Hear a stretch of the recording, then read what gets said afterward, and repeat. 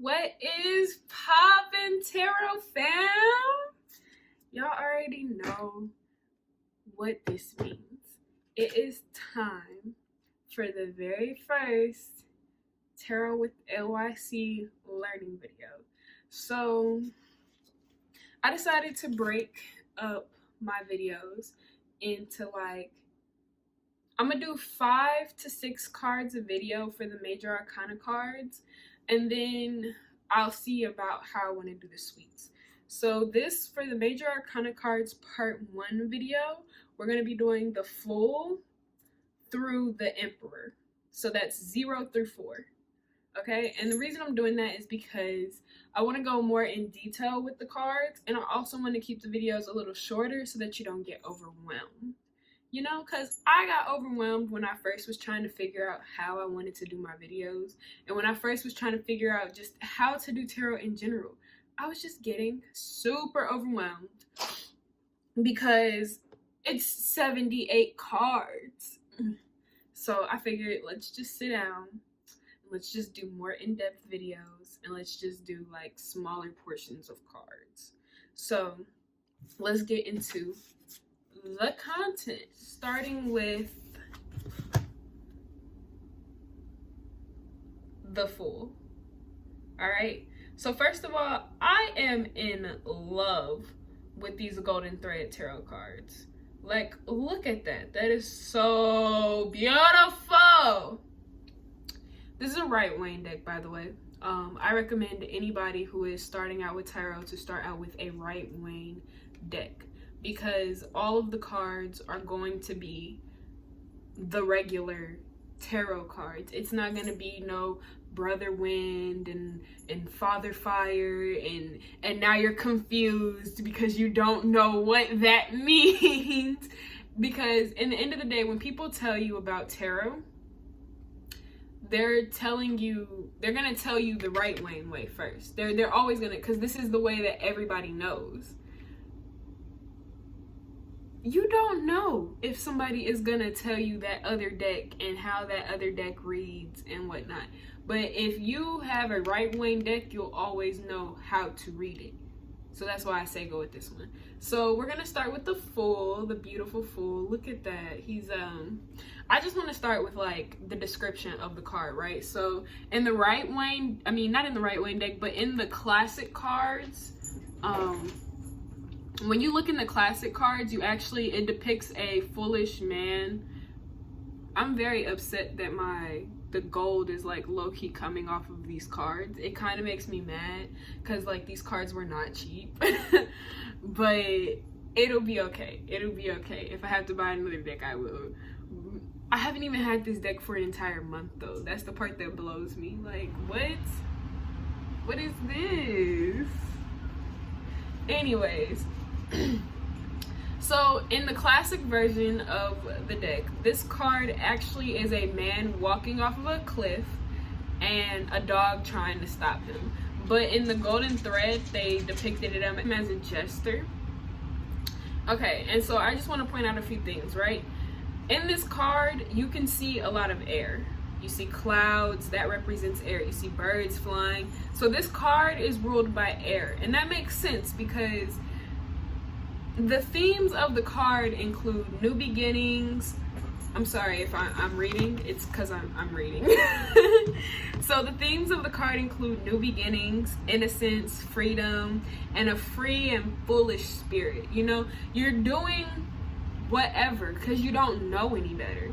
And when you don't know any better, you do whatever, you know? So it's like, that's the whole theme of this card. When you get this card, it could equal like you need to take a leap of faith. You need to be more enthusiastic about something. This is a very fun and careless card.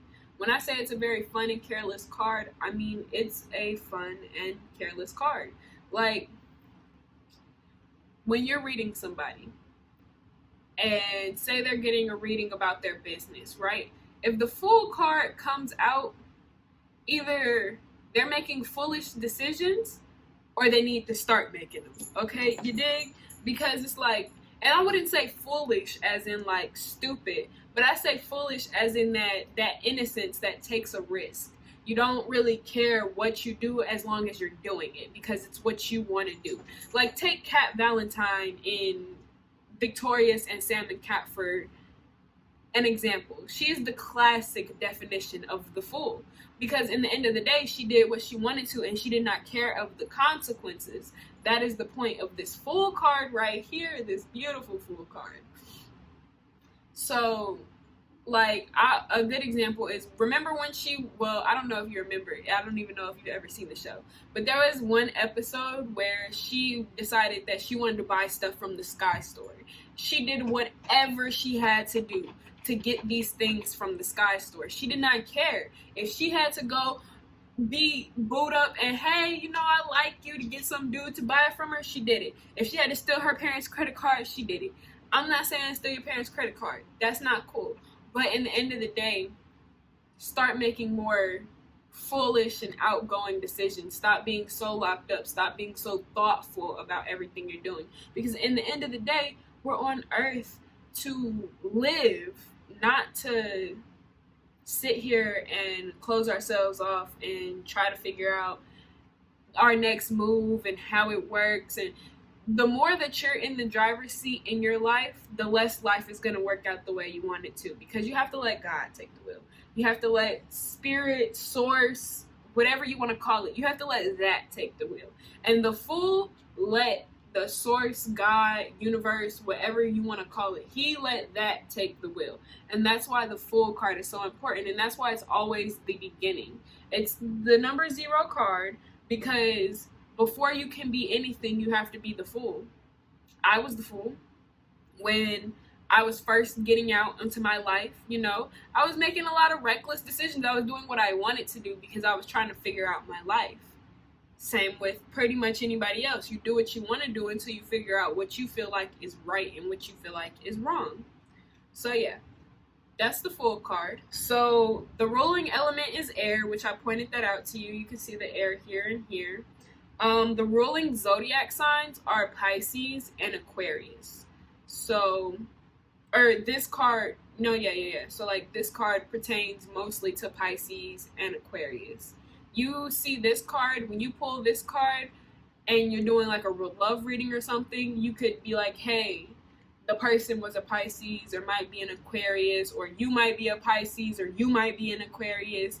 Yeah. And then the planet that rules over this card is Uranus.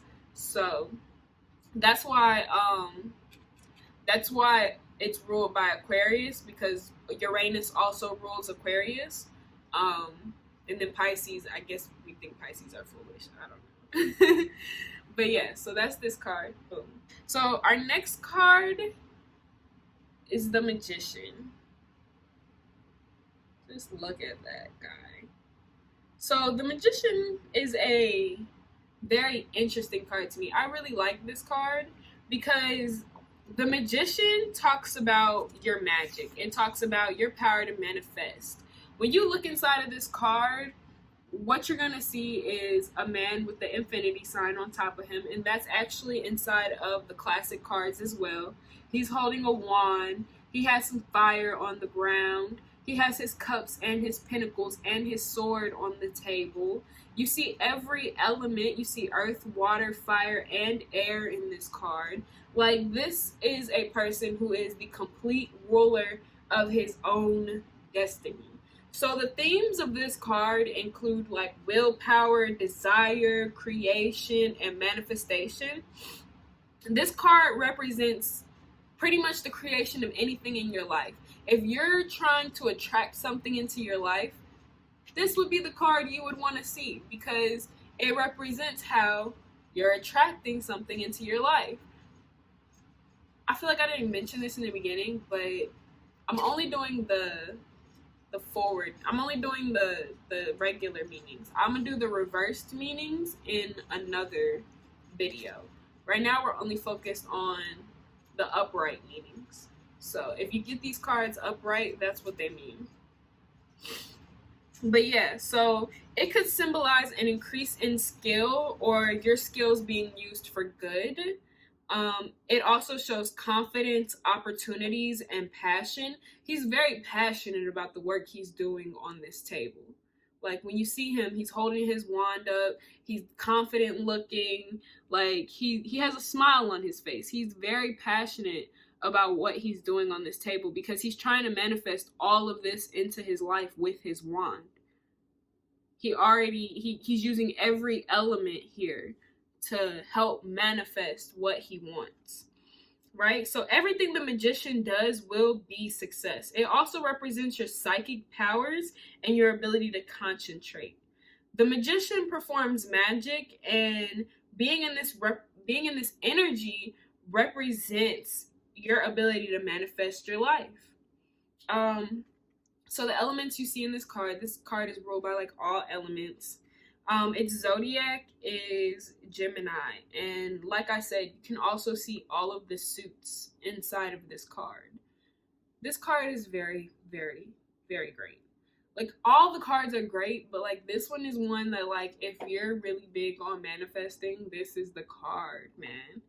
Number 3, aka number 2, because this is actually so the magician is the first card in the deck. The fool is the first card, but it's also card number 0. Like it's 0. It's 0. Like so then you have card 1. So now we're on to card 2. Card 2 is the High Priestess. The High Priestess, this is a very interesting card for me because its themes include intuition, your unconscious, and your inner voice. Like she's basically kind of like the voice of reason. When you see this card, this could mean that you're a woman that is going to help people, or it means that a woman is going to help you. She deals with your intelligence, your spiritual wisdom, and your clarity. This is about your divine feminine, your sacred knowledge. If you look closely, she has on a veil, and her veil represents the separation between the unconscious and the conscious, or the seen and the unseen. And her crown represents abundance, fertility, and oh no, it just represents abundance and fertility. I thought there was 3. Yeah. I like it because like it depicts her holding like a crystal and like a book, and then you see all the eyes on her dress, and then you have the 2 pillars. It's a very nice card. But yeah, so she's basically like the representation of your intuition and your feminine energy. And her ruling element is water, and her ruling planet is the moon. And her ruling zodiacs are Cancer and Pisces. And of course, if her ruling planet is the moon, then her ruling zodiac would be Cancer, because Cancer is also ruled by the moon. And Cancer is also it's the embodiment of feminine energy. Cancer is the embodiment of feminine energy in the zodiacs. So yes, that is the High Priestess. Did I give y'all an up close look? If I didn't, here's another one because it's a very beautiful card. So the next is the Empress. This is card 3 inside of the deck. The Empress represents fertility, nature, and motherhood. You can see all of the nature elements in the background here. She's a air and earth card. You see her growing plants, and you see the clouds going by. Some say that this little thing in her crown represents the 12 zodiac signs, and this right here represents the planets. She represents realization, mutual love, fertility, action, creation, well-being, or energy. She also represents overcoming indecision, which makes sense, right? Because all women are indecisive.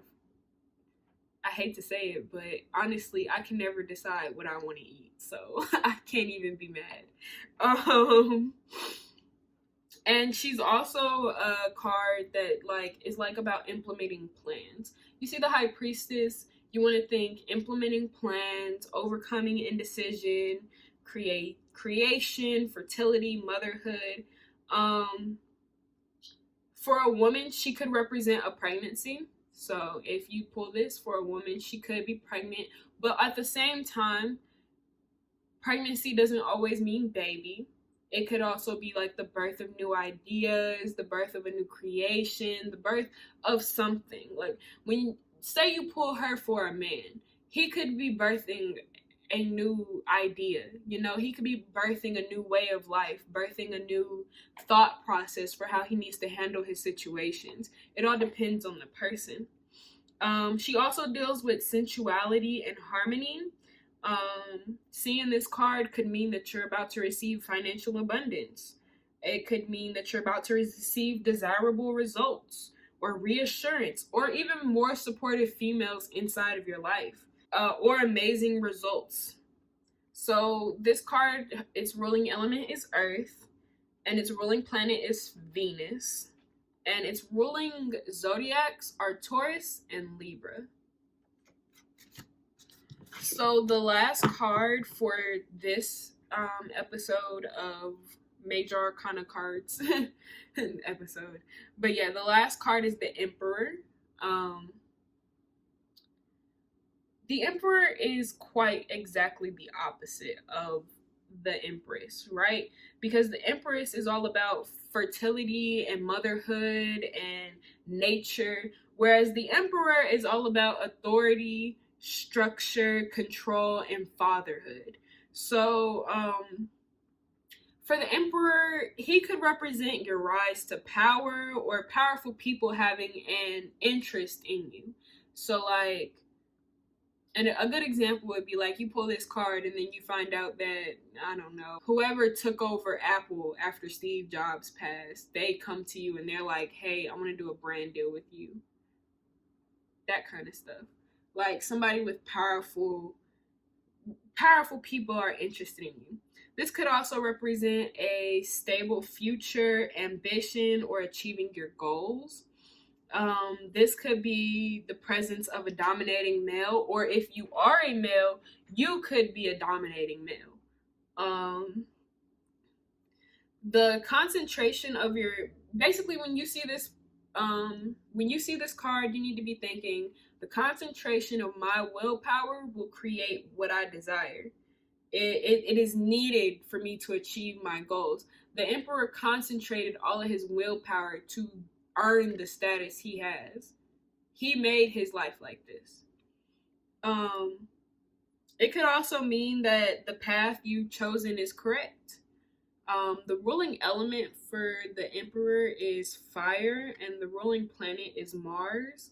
The ruling zodiac is Aries, which makes sense because Aries is ruled by Mars. Y'all getting the like, what's it called? Are y'all understanding like the connection here? Because I feel like y'all should be, because it's making a lot of sense to me. Pretty much whatever planet rules the cards is also going to be the zodiac that rules the cards. If that planet rules the zodiac and the card, then that zodiac and that card belong together. Also,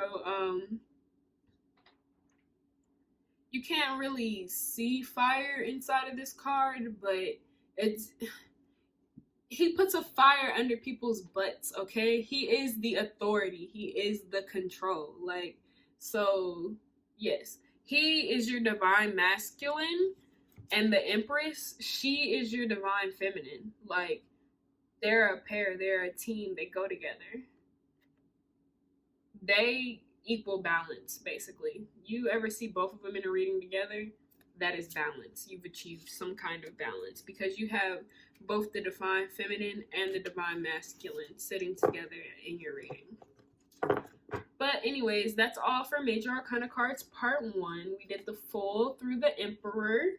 But yeah, and I will catch you on the next one. The next one, for Part 2, I'm actually going to be doing 6 cards. And Part 3, I'm going to be doing 6 cards. But Part 4 is going to be 5 cards too, because that's a total of 22 cards. Catch you guys later. I hope you enjoyed this. I enjoyed creating it. And have a beautiful day. My tarot family. One day I will name you, but I do not know what to name you right now. So I will tell you when I name you what you're named. Bye.